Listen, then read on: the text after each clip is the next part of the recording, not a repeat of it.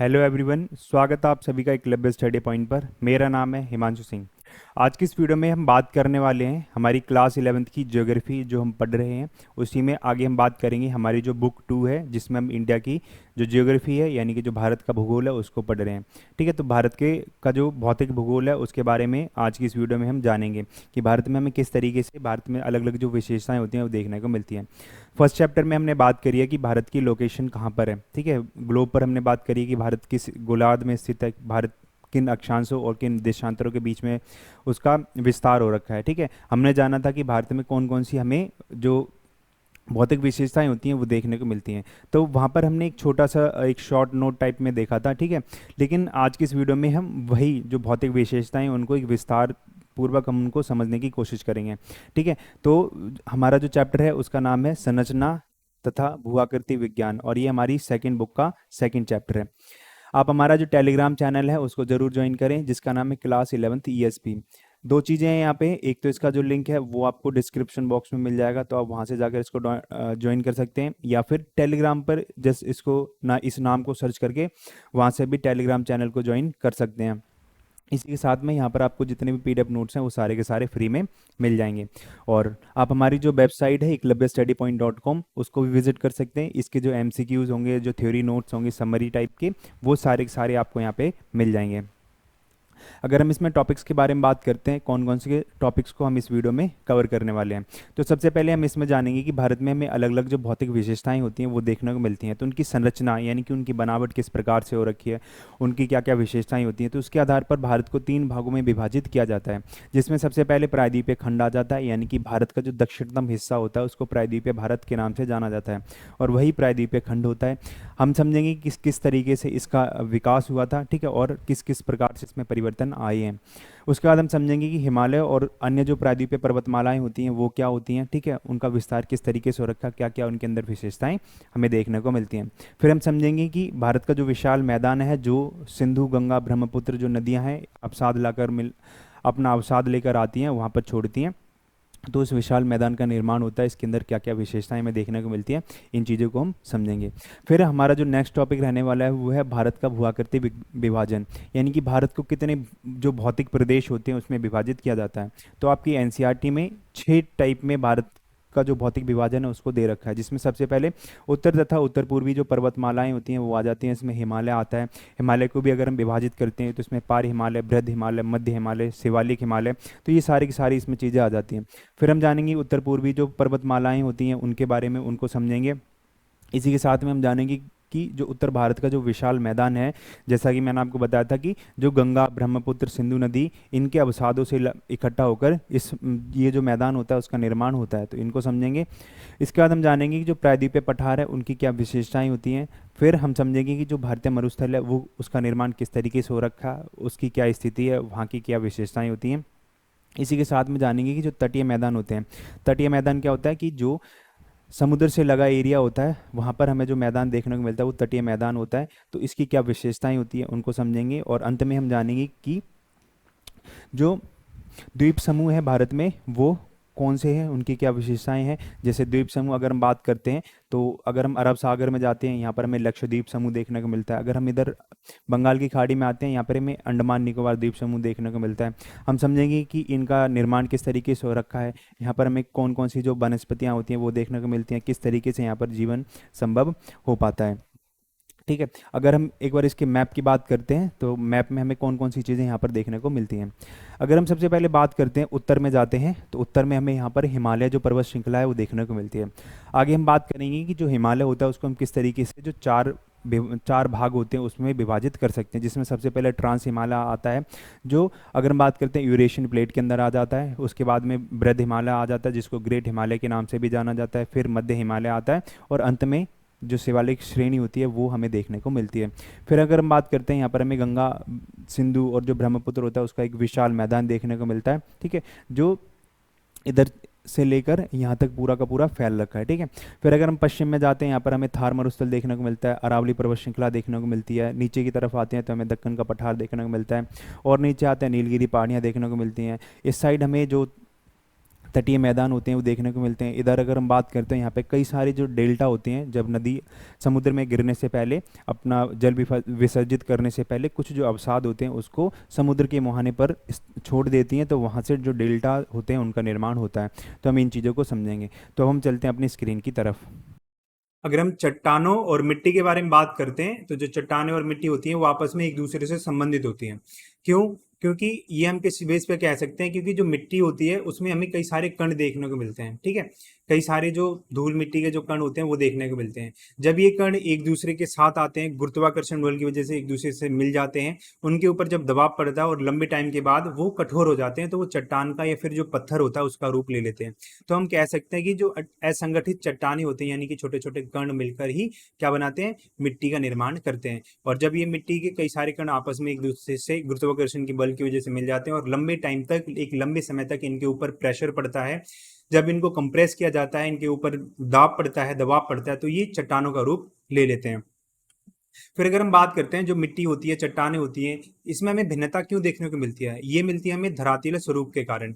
यानी कि मिट्टी जो होगी उसका स्वरूप अलग होगा, चट्टानें होंगी उसका स्वरूप अलग होगा, लेकिन ये डिसाइड किस पर होगा कि ये दोनों अलग अलग रहेंगी? तो इनमें जो भिन्नताएं हमें देखने को मिलती है वो है धरातीले स्वरूप की वजह से।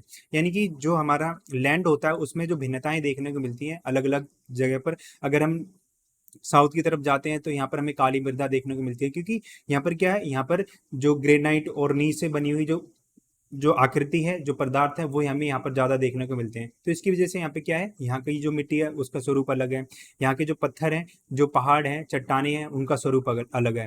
लेकिन अगर हम उत्तर भारत में आते हैं, इसका जो मैदान है यहाँ की अगर मिट्टी की बात करते हैं तो इसका स्वरूप अलग है। ठीक है, अगर हम हिमालय में जाते हैं, यहाँ पर जो चट्टाने हैं, यहाँ पर जो पत्थर हमें देखने को मिलते हैं, यहाँ पर जो मिट्टी देखने को मिलती है उसका स्वरूप अलग है। तो ये किसकी वजह से होता है? ये धरातलीय जो स्वरूप होता है उसके अनुसार हमें इनमें भिन्नता देखने को मिलती है। अगर हम पृथ्वी की आयु की बात करते हैं, यानी कि पृथ्वी के टोटल जो उम्र है उसके बारे में बात करते हैं, वो है 460 करोड़ वर्ष। यानी कि जो पृथ्वी है टोटल 460 करोड़ वर्ष पुरानी मानी जाती है। अब ये जब पृथ्वी बनी थी उस टाइम पर मैंने आपको समझाया था कि पृथ्वी पर किस तरीके से जो जीवन था उसकी उत्पत्ति हुई थी। सबसे पहले वहां पर जो स्थलमंडल था वो किस प्रकार का था, उसकी प्रकृति कैसी थी, वो एक गर्म वीरान, ठीक है, एक ऐसा ग्रह था। उसके बाद में लंबे टाइम तक इसमें काफी सारी प्रक्रियाएं चली थी, जिसमें विभेदन की प्रक्रिया, गैस उत्सर्जन की प्रक्रिया, ये सारी की सारी थी, जिसकी वजह से यहाँ पर वायुमंडल का विकास हुआ, जलमंडल का विकास हुआ और पृथ्वी पर जीवन की उत्पत्ति के लिए जो परिस्थितियां थी वो उसके अनुकूल हो पाई थी। अब ये पूरा का पूरा जो लंबा टाइम था, इतने में यहाँ पर कई तरीके के जो बल थे उन्होंने काम किया। अब ये जो बल थे ये क्या थे? ये पृथ्वी की जो संरचना होती है उसमें परिवर्तन लेकर आने का काम करते हैं। ठीक है, अब इन बलों में दो जो बल हैं वो महत्वपूर्ण माने जाते हैं। एक होता है अंतर्जात बल, दूसरा होता है बहिर्जात बल। अब अंतर्जात बल वो बल होता है जो पृथ्वी के अंदर काम करता है, पृथ्वी के अंदर से ही पृथ्वी की जो संरचना होती है उसकी बनावट होती है उसमें परिवर्तन करता है। बहिर्जात बल, अंतर्जात बल में हम ज्वालामुखी को लगा सकते हैं। ठीक है, एक ज्वालामुखी हो गया। इसी के साथ में जो दूसरा उदाहरण हो सकता है वो भूकंप का हो सकता है। ठीक है, अगर हम बहिर्जात बल की बात करते हैं तो जो पृथ्वी के बाहर से बाहर रहकर, पृथ्वी के ऊपर रहकर जो परिवर्तन लाने का काम करता है वो बहिर्जात बल होते हैं। पृथ्वी की जो संरचना होती है उसमें परिवर्तन लेकर आने का काम करते हैं, वो बहिर्जात बल कहलाते हैं। इसमें हम कह सकते हैं जो सुनामी होती है वो आ जाती है, या फिर हम कह सकते हैं जो भूस्खलन होता है वो इसमें शामिल हो जाएगा। तो ये क्या है? ये कुछ बलों के उदाहरण हैं जो पृथ्वी की संरचना में परिवर्तन लेकर आने का काम करते हैं।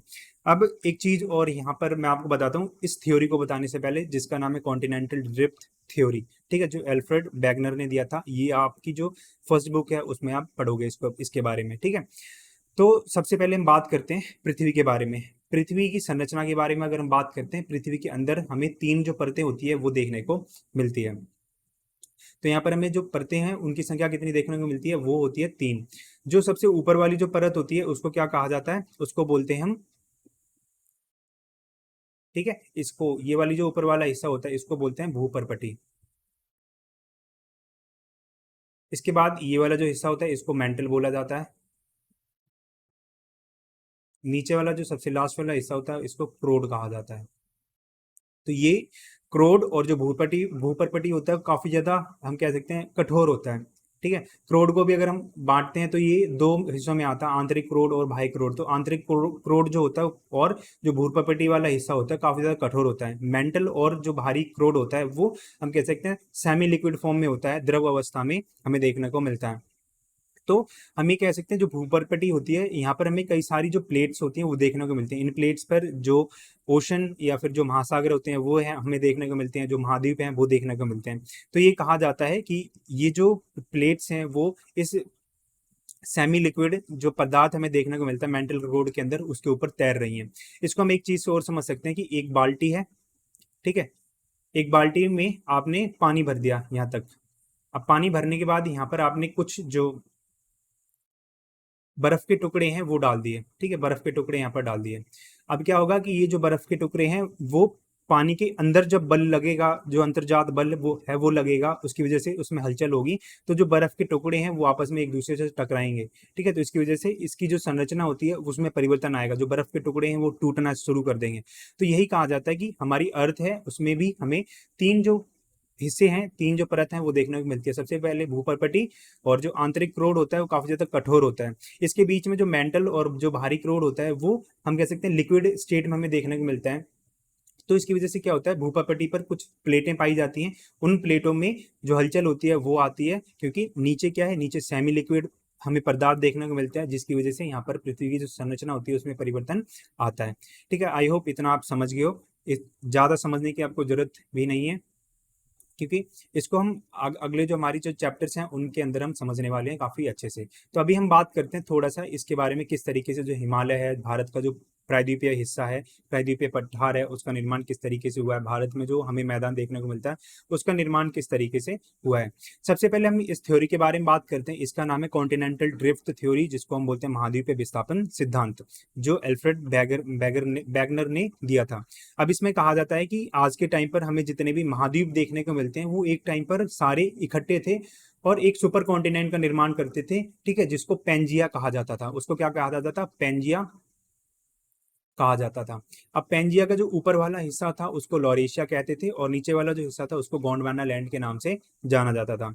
अब जो लॉरेशिया था उससे यूरोप और एशिया का हिस्सा बना और नॉर्थ अमेरिका का हिस्सा बना, यानी कि नॉर्थ अमेरिका जो कॉन्टिनेंट महाद्वीप हमें देखने को मिलता है उसका निर्माण हुआ और यूरोप और एशिया का जो हिस्सा था वो लॉरेशिया से बना था। उसके बाद में जो गोंडवाना लैंड था उससे साउथ अमेरिका जो दक्षिण अमेरिका महाद्वीप है उसका निर्माण हुआ, अफ्रीका का निर्माण हुआ, जो अंटार्कटिका है उसका निर्माण हुआ, ऑस्ट्रेलिया जो महाद्वीप होता है उसका निर्माण हुआ और जो इंडिया है वो एशिया में जाकर मिल जाता है। ठीक है, तो ये बात कही जाती है। इसके बाद से क्या होता है, बैगनर ये कहते हैं कि कुछ टाइम के लिए जो अंतर्जात बल था उसकी वजह से पृथ्वी में क्या होता है, जो प्लेटें होती हैं उनमें हलचल पैदा होती है और एक दूसरे से ये जो प्लेटें होती हैं वो दूर जाने लगती हैं। ठीक है, जैसे मैंने आपको बाल्टी में बर्फ का उदाहरण दिया था ना, कुछ इस तरीके से हम समझ सकते हैं कि जो भारतीय प्लेट है, ठीक है, इंडियन जो प्लेट है वो भी एक बर्फ का हिस्सा है, बर्फ का जो एक हम कह सकते हैं उसकी तरीके से है। ठीक है, तो वो एक दूसरे से अलग होती है और जो इंडिया है, इंडिया का जो हिस्सा है वो उत्तर पूर्व की तरफ आता है।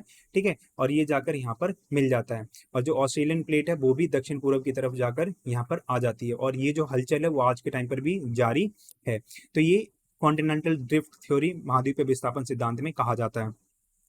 अगर हम गोंडवाना लैंड की बात करते हैं तो यहाँ पर जो इंडिया है वो यहाँ पर है और इसमें कुछ हलचल की वजह से इंडिया जो है आज के टाइम पर यहाँ पर हमें देखने को मिलता है। कभी पहले जो इंडिया है वो अंटार्कटिका, ये जो अफ्रीका है, ठीक है, ऑस्ट्रेलिया उसका एक हिस्सा था, लेकिन कुछ हलचल पैदा हुई है और जो अंटार्कटिका है और अफ्रीका है, जो हम कह सकते हैं ऑस्ट्रेलिया है, वो अब आज के टाइम पर एक दूसरे से दूर जा रहे हैं। ठीक है, तो वर्तमान समय में हमें ये स्थिति देखने को मिलती है। इसके बारे में और ज़्यादा आप आगे जाकर पढ़ोगे, ठीक है, जब आप आगे ज्योग्राफी को पढ़ोगे तो उसमें समझोगे कि किस प्रकार से होता है, इसमें किस तरीके से इसको सिद्ध किया गया था, इसमें जो भी हमें साक्ष्य मिले हैं वो अलग अलग महाद्वीपों में एक जैसे मिले हैं। तो इसकी बेसिस पर हम कह सकते हैं कि ये जितने भी महाद्वीप थे पहले कहीं ना कहीं एक दूसरे से जुड़े हुए थे। ठीक है, तो ज़्यादा नहीं समझना हमें। तो अगर हम बात करते हैं इंडियन प्लेट के बारे में तो ये भूमध्य रेखा से दक्षिण में स्थित थी। ठीक है, जिस जहाँ पर ये जो अफ्रीका था उसके साथ एक एक इकट्ठी थी, उसके साथ मिल रखी थी, ऑस्ट्रेलिया था उसके साथ मिल रखी थी, तो ये जो भूमध्य रेखा थी उसके दक्षिण में स्थित थी। करोड़ों वर्षों के दौरान यह प्लेट काफी हिस्सों में टूट गई। ठीक है, और ऑस्ट्रेलियन प्लेट दक्षिण पूर्व तथा इंडियन प्लेट उत्तर दिशा में खिसकने लगी थी। ये चीज़ें मैं आपको बता चुका हूँ। और आज के टाइम पे भी जो इंडियन प्लेट है उसका खिसकना अब भी जारी है, और इसका जो भारतीय उपमहाद्वीप है उसका जो भौतिक पर्यावरण है उस पर एक महत्वपूर्ण प्रभाव हमें देखने को मिलता है। कि जो इंडियन प्लेट है वो खिसकी, इसकी वजह से यहाँ पर क्या है, ये अगर हम बात करते हैं, ये जो यूरेशियन प्लेट है वो हमें देखने को मिलता है, और यहाँ से इंडिया जो है वो आया। अब इंडिया का जो हिस्सा है वो यहाँ पर हमें आता हुआ देखा, तो ये जो यूरेशियन प्लेट थी, इंडियन प्लेट थी, उसके टकराने से यहाँ पर जो महाद्वीप है उसका जो हिमालय उसका निर्माण हुआ था। ठीक है, तो इसकी वजह से क्या हुआ, इसका एक महत्वपूर्ण प्रभाव हमें भारतीय उपमहाद्वीप पर देखने को मिलता है। अगर हम संरचना के आधार पर भारत में विभाजन की बात करते हैं तो इसका 3 खंडों में विभाजन किया जाता है।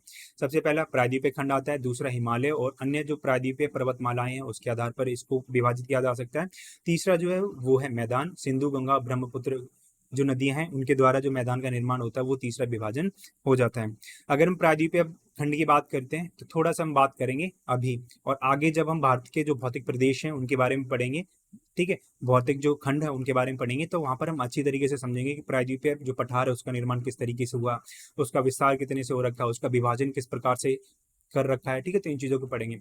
तो अगर हम प्रायद्वीपीय खंड की उत्तरी सीमा की बात करते हैं वो काफी ज्यादा कटी फटी है। कटी फटी का मतलब क्या होता है कि जो उत्तरी सीमा हमें देखने को मिलती है, जैसे गुजरात वाला जो हिस्सा है वो काफी ज्यादा इस तरीके का एरिया बन रखा है। ठीक है, तो कटी फटी है जो कच्छ से आरंभ होकर अरावली पर्वत जो पर्वत होता है वहां तक जाती है, और दिल्ली तक ये हमें देखने को मिलती है। दिल्ली के बाद अगर हम बात करते हैं तो ये जो यमुना और गंगा नदी है उसके समानांतर चलते हुई जो राजमहल की पहाड़ियां हैं जो बिहार और जो छत्तीसगढ़ है, झारखंड है, उनमें हमें देखने को मिलती है, तो वहां तक जाती है। और पश्चिम बंगाल में जो गंगा नदी के द्वारा जो डेल्टा निर्मित होता है वहां तक इसका विस्तार हमें देखने को मिलता है। कहने का मतलब क्या होता है कि ये वाला जो पूरा का पूरा जो हिस्सा होता है, ये पूरा प्रायद्वीपीय खंड में आ जाता है।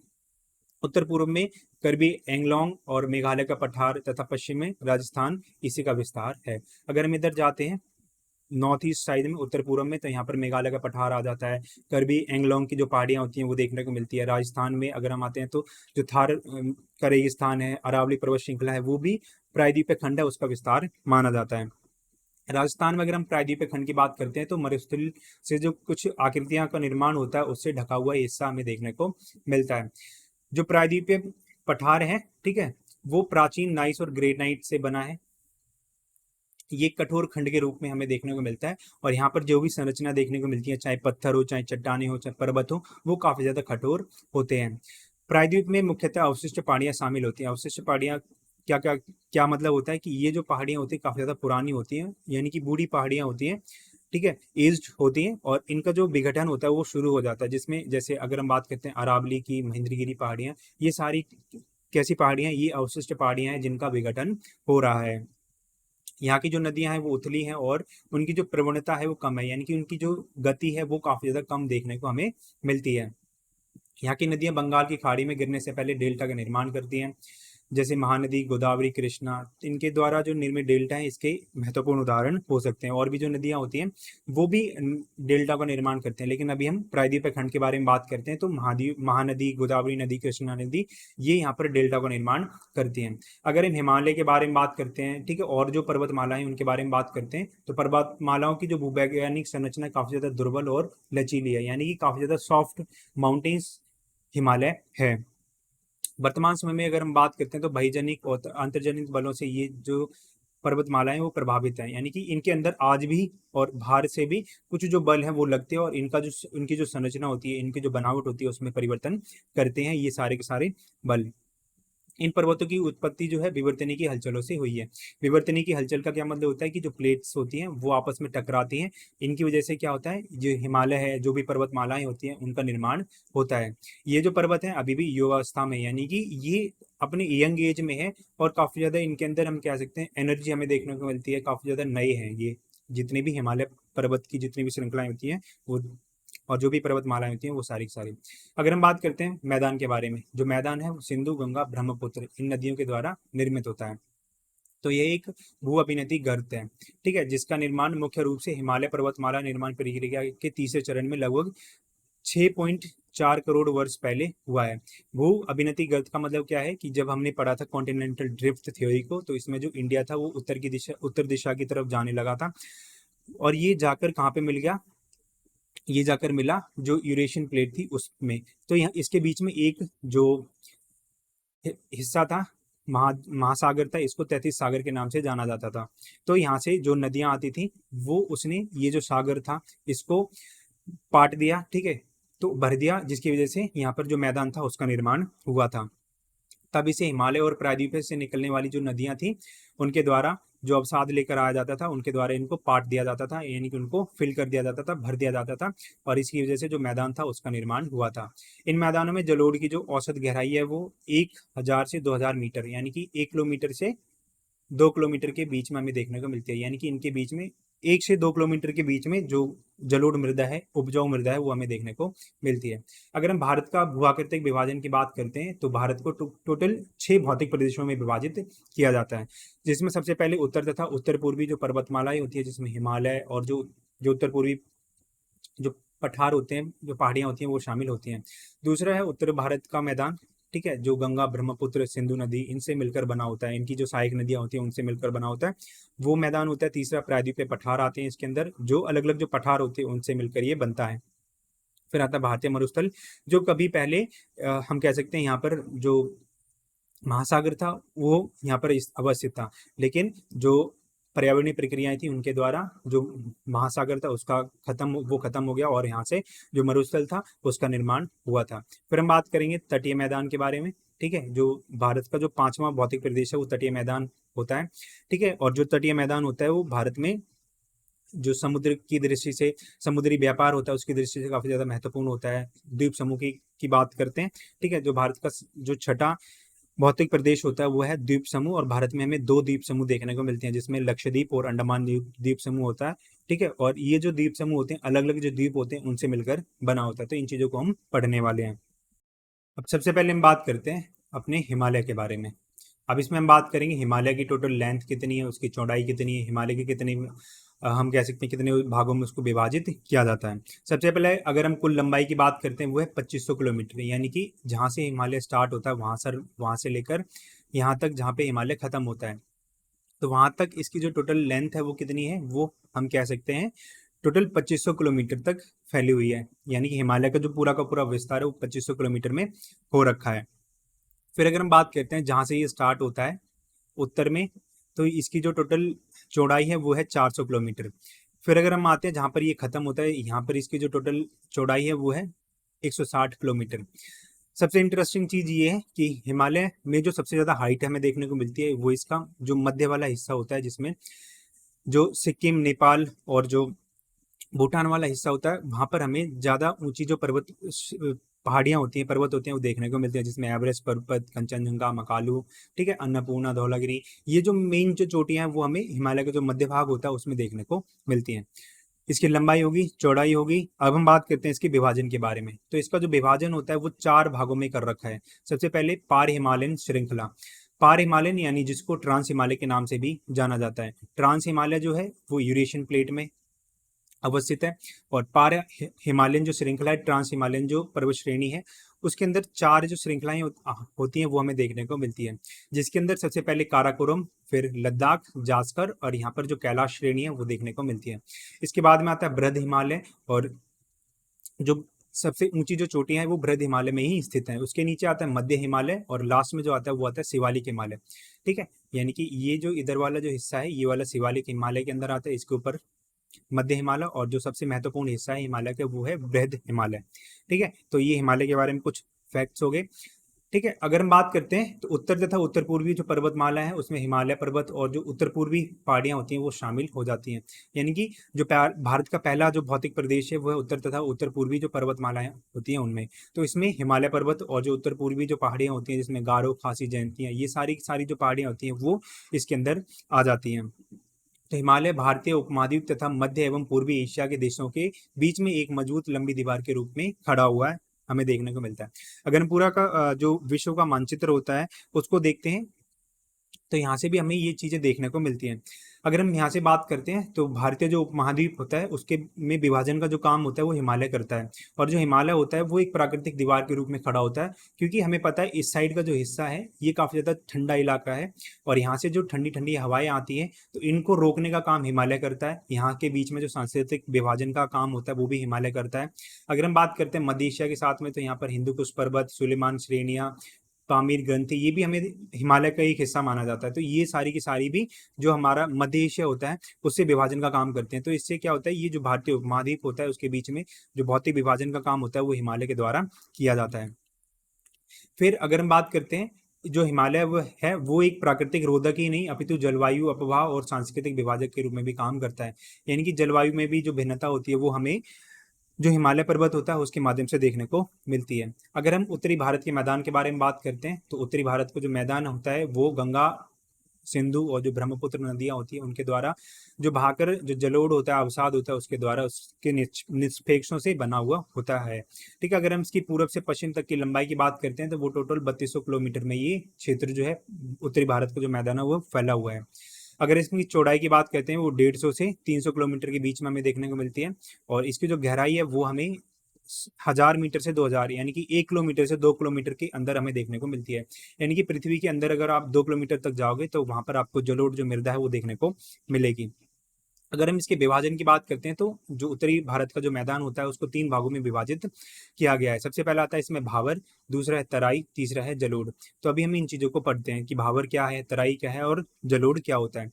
अगर हम भावर के बारे में बात करते हैं तो 8 से 10 किलोमीटर चौड़ी एक पतली पट्टी होती है जो शिवालिक जो पर्वत श्रेणी होती है, ठीक है, शिवालिक जो पहाड़ होते हैं उनके समांतर चली होती है, यानी कि ये हिमालय वाला हिस्सा होता है। तो इसके नीचे अगर हम आते हैं तो यहाँ पर हमें जो शिवालिक श्रृंखला होती है वो देखने को मिलती है। तो इसी के नीचे 8 से 10 किलोमीटर की जो चौड़ी पट्टी होती है उसको भावर के नाम से जाना जाता है और ये इसके समांतर फैली हुई होती है। तो यहाँ पर हमें कई सारी जो बड़े बड़े शैल होते हैं यानी कि पत्थर देखने को मिलते हैं, कंकड़ कंकड़ होते हैं। तो उनकी वजह से क्या होता है, यहाँ पर जो नदियां होती हैं वो इनको लेकर आती है और यहाँ पर इनको जमा कर देती हैं।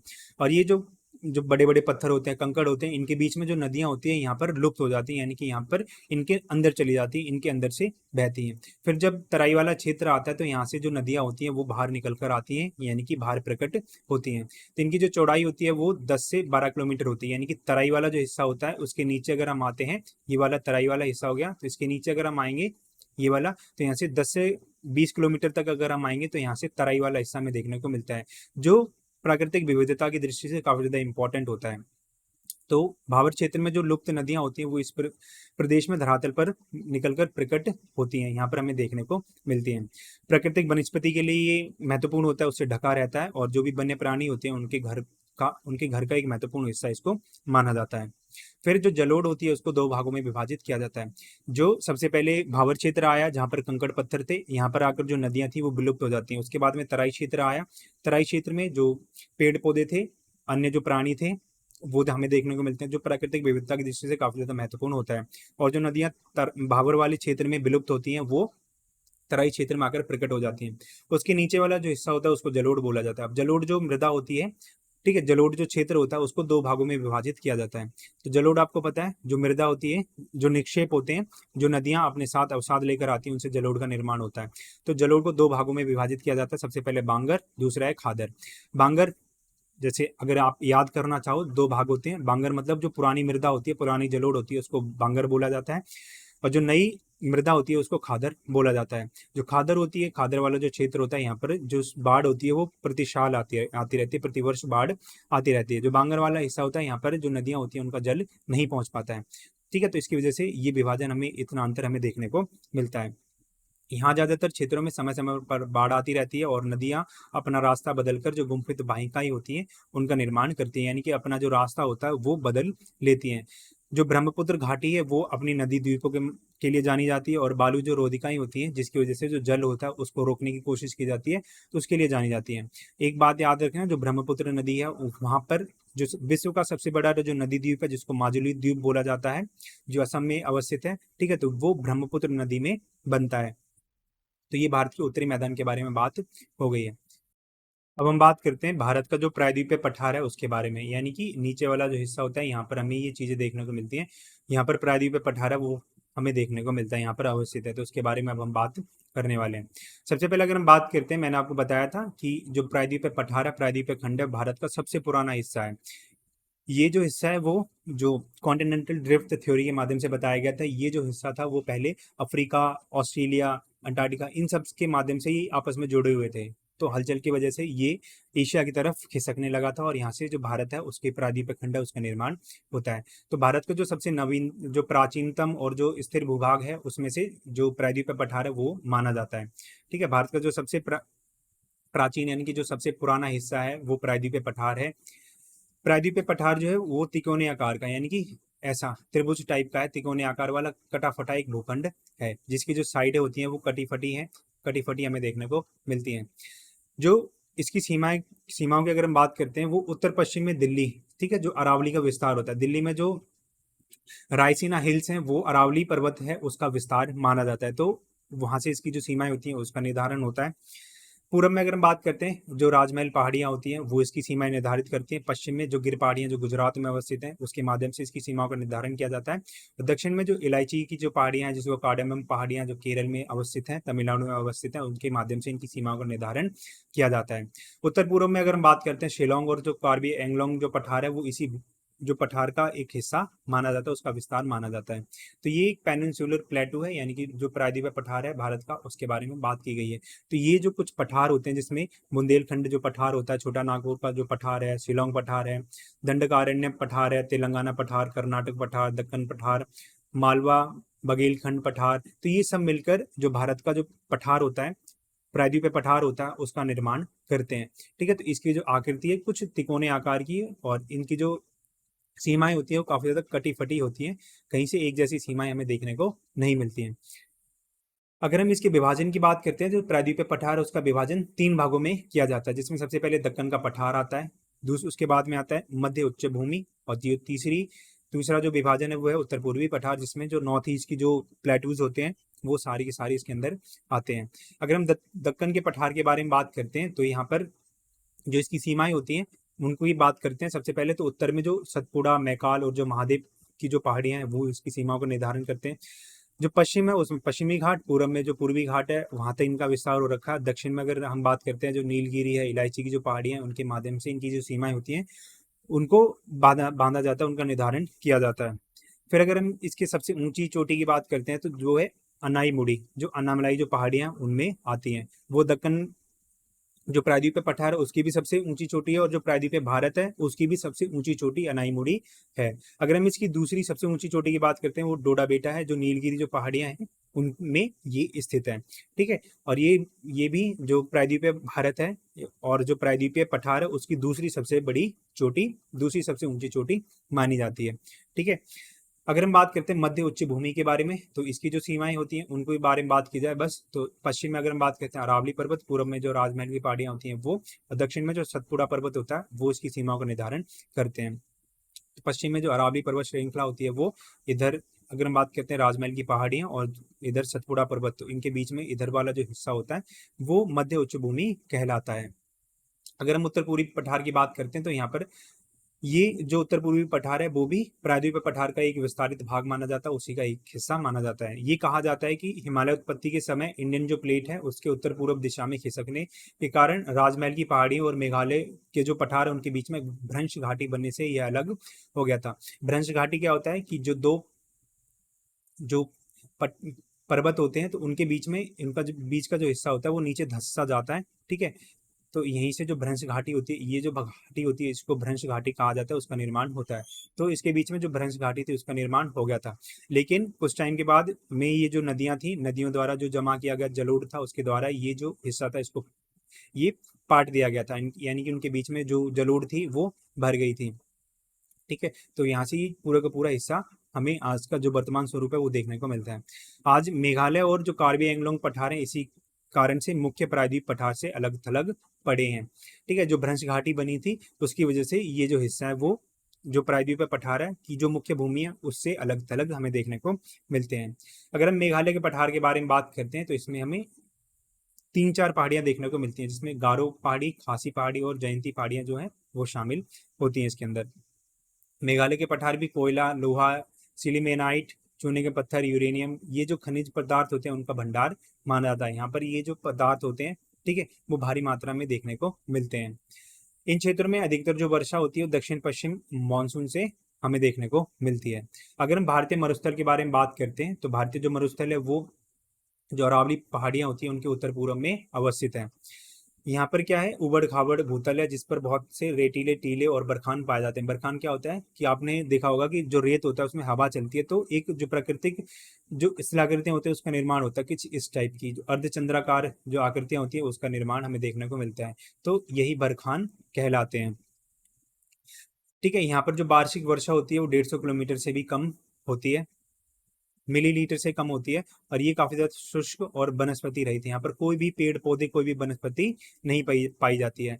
यह क्षेत्र पहले समुद्र का हिस्सा था। इसकी पुष्टि जो है अकाल में स्थित कास्ट जो जीवाश्म है, ठीक है, उसमें जो प्रमाण पाए जाते हैं, जैसलमेर के निकट जो ब्रह्म सागर है उसके आसपास जो समुद्री निष्पेक्ष जो निक्षेप हमें मिलते हैं उनके माध्यम से इसका मतलब ये कहा जाता है कि ये जो हिस्सा था पहले समुद्र का हिस्सा था। ये जो है थार रेगिस्तान आता है। ठीक है, थार रेगिस्तान जो है उसका विस्तार पाकिस्तान में भी हो रखा है, कुछ हिस्सा हरियाणा में, राजस्थान, गुजरात साइड में भी ये इसका विस्तार माना जाता है। ठीक है, तो थार जो डेजर्ट है उसका विस्तार ये होता है, और जो भारत है उसके पश्चिम में थार रेगिस्तान अवस्थित है। ढाल के आधार पर जो मरुस्थल है उसको दो भागों में विभाजित किया जाता है, जिसमें एक तो पहला जो होता है सिंध की ओर ढाल वाला उत्तरी भाग होता है, जिसमें ये वाला जो हिस्सा, तो पाकिस्तान की तरफ जो सिंध है उसकी तरफ ढाल वाला एक हिस्सा होता है, इसको उत्तरी भाग बोला जाता है। और जो दूसरा जो हिस्सा होता है वो गुजरात की तरफ आता है, कच्छ की तरफ आता है। ठीक है, तो वो इसका दक्षिणी हिस्सा कहलाता है। ठीक है, यहाँ की जो अधिकतर नदियां होती हैं वो अल्पकालिक होती हैं, यानी कि कुछ टाइम के लिए, जब तक बारिश होती है, ठीक है, तब उनमें पानी रहता है, और बाकी समय वो सूखी रहती हैं। मरुस्थल के दक्षिणी भाग में बहने वाली जो एक महत्वपूर्ण नदी है वो है लूनी नदी, और जो लूनी नदी है वो लैंड लॉक्ड रिवर या फिर नदी कहलाती है, भूमि आबद्ध नदी होती है। भूमि आबद्ध नदी का मतलब क्या होता है कि जो नदी है वो पहाड़ से निकली, ठीक है, अपना जो मुख्य स्रोत है उससे निकली और बहती हुई ये अरब सागर में ना जाकर जो कच्छ का रण है उसमें जाकर ये विसर्जित अपना जल कर देती है, उसी में विलुप्त हो जाती है।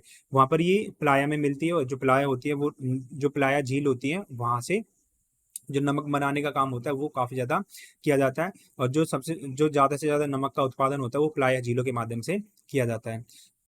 जो तटीय मैदान होते हैं उनको दो भागों में विभाजित किया जाता है, जिसमें सबसे पहले पश्चिमी तट आते हैं, जो दूसरा हिस्सा होता है उसको पूर्वी तट कहा जाता है। ठीक है, तो अभी हम मैप पे बात करेंगे पश्चिमी तट, पूर्वी तट क्या होता है, और इन तटों के जो क्षेत्रीय नाम होते हैं, रीजनल नेम्स होते हैं, वो क्या होते हैं। तो केरल में हर वर्ष जो प्रसिद्ध नेहरू ट्रॉफी बलामकाली जो नौका दौड़ होती है उसका आयोजन पुन्नामदा कयाल में किया जाता है। ठीक है, तो ये एक जो फेस्टिवल है, ठीक है, त्योहार है, दौड़ है, एक खेल है, उसका आयोजन यहाँ पर किया जाता है। ये जगह है काफी महत्वपूर्ण है, इसको याद रखना। ये आपका जो एमसीक्यू होता है उसमें ये आ सकता है 1 नंबर के मार्क्स में। ठीक है, अगर हम भारत के तटीय मैदान के बारे में बात करते हैं तो यहाँ पर हमें दो तट देखने को मिलते हैं। ये वाला जो हिस्सा होता है इधर का, इसको बोलते हैं हम पश्चिमी तट, और इधर वाला जो हिस्सा होता है राइट साइड वाला, इसको पूर्वी तट के नाम से जाना जाता है। ठीक है, तो अगर हम इसके रीजनल नेम्स, जो प्रादेशिक नेम्स होते हैं उनके बारे में बात करते हैं, तो जो कथियावाड़ तटीय मैदान होता है वो गुजरात और जो महाराष्ट्र का जो हिस्सा होता है उनसे मिलकर बना होता है। महाराष्ट्र, गोवा और जो कर्नाटक का जो हिस्सा होता है उससे कोंकण तटीय मैदान का निर्माण होता है, उसको कोंकण तटीय मैदान कहा जाता है। केरल और जो कर्नाटक का जो हिस्सा होता है वहां पर इसको मालाबार के नाम से जाना जाता है, उसका नाम मालाबार तटीय मैदान होता है। ठीक है, अगर हम इधर आते हैं तमिलनाडु, जो पुदुचेरी है, आंध्र प्रदेश है, तो उसको कोरोमंडल तट के नाम से जाना जाता है, पूर्वी तट को। जो पश्चिम बंगाल है और जो उड़ीसा है, आंध्र प्रदेश है, वहां पर इसको उत्तरी सरकार मैदान के नाम से जाना जाता है। ठीक है, तो ये भारत के कुछ तटीय मैदान है वो हो गए। अगर हम द्वीप समूह के बारे में बात करते हैं तो जो भारत में दो द्वीप समूह होते हैं वो हमें देखने को मिलते हैं। सबसे पहले अंडमान एवं निकोबार द्वीप समूह, जो भारत में जो बंगाल की खाड़ी है वहां पर अवस्थित है, और इनकी जो राजधानी है वो है पोर्ट ब्लेयर। फिर जो दूसरा जो द्वीप समूह है वो लक्षद्वीप, जो भारत का जो अरब सागर है, ठीक है, भारत के पश्चिम में अवस्थित है लक्षद्वीप समूह, और इसकी जो राजधानी है वो क्वारती। अगर हम अंडमान निकोबार द्वीप समूह के बारे में बात करते हैं, कुछ जो बेसिक फैक्ट्स होते हैं वही आपके एग्जाम में आ सकते हैं। तो यहाँ पर जो 572 द्वीप समूह है उनका एक समूह अंडमान निकोबार द्वीप समूह है, यानी कि 572 द्वीपों को जब एक साथ मिलाया जाता है तो अंडमान निकोबार द्वीप समूह का निर्माण होता है। ये 6 डिग्री उत्तर से लेकर 14 डिग्री उत्तर में ही फैले हुए हैं। जैसे मैंने आपको बताया था कि जो भारत की अवस्थिति है वो जो उत्तर पूर्वी हिस्सा है यहाँ पर हमें देखने को मिलती है। तो 6 डिग्री नॉर्थ से लेकर जो 14 डिग्री नॉर्थ है, अगर वहां तक हम जाएंगे तो यहाँ पर हमें जो अंडमान निकोबार द्वीप समूह है वो देखने को मिलेगा। 92 डिग्री पूरब से 94 डिग्री पूरब तक ही इसका विस्तार हो रखा है, यानी कि देशांतरों की अगर हम बात करते हैं तो 92 डिग्री से लेकर 94 डिग्री, दो देशांतरों के बीच में अंडमान निकोबार जो द्वीप समूह है वो फैल रखा है। ठीक है, यहाँ पर जो दो प्रमुख द्वीप हैं जिसको रिची और लेब्रिंथ द्वीप कहा जाता है, ये दो मेन जो आइलैंड्स होते हैं वो यहाँ पर हमें देखने को मिलते हैं। इसको दो भागों में विभाजित किया जाता है, जिसको जो उत्तरी वाला हिस्सा होता है, उत्तर में होता है उसको उत्तरी अंडमान, और जो दक्षिण में होता है उसको दक्षिणी निकोबार के नाम से जाना जाता है। भारत का एकमात्र जो जीवंत ज्वालामुखी है जिसको बैरन द्वीप के नाम से जाना जाता है वो भी अंडमान निकोबार द्वीप समूह में अवस्थित है। फिर हम बात करते हैं लक्षद्वीप समूह के बारे में। तो लक्षद्वीप समूह की जो राजधानी है वो है कवारत्ती। ठीक है, तो यहाँ पर 36 द्वीप हमें देखने को मिलते हैं, जहाँ पर 11 जो द्वीप समूह है वहां पर मानव वास करता है, यानी कि वहां पर मानव का घर है, वहां पर मानव रहते हैं। ये 8 डिग्री से लेकर उत्तर से लेकर 12 डिग्री उत्तर में ही इसका विस्तार हो रखा है, और 71 डिग्री पूरब से लेकर 74 डिग्री पूरब तक ये फैल रखा है।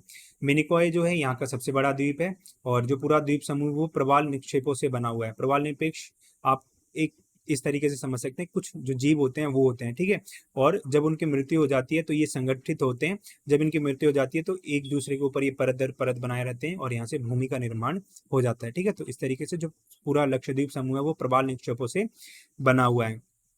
ठीक है, तो ये जो पूरा का पूरा जो लक्षद्वीप समूह है वो दो भागों में विभाजित होता है 9 डिग्री चैनल के द्वारा। इसका जो उत्तरी भाग होता है उसको अमीनी द्वीप के नाम से जाना जाता है, और जो दक्षिणी भाग होता है उसको कनानेरो द्वीप के नाम से जाना जाता है। तो ये हो गया आपका जो सेकंड चैप्टर है वो। अगर आपको कोई भी डाउट हो तो आप कमेंट जरूर करें। ठीक है, और इसकी जो पीडीएफ है वो आपको टेलीग्राम चैनल पर मिल जाएगी, तो आप वहां से इसको जाकर डाउनलोड कर सकते हैं। थैंक्स फॉर वॉचिंग, मिलते हैं नेक्स्ट वीडियो में। जय हिंद, जय भारत।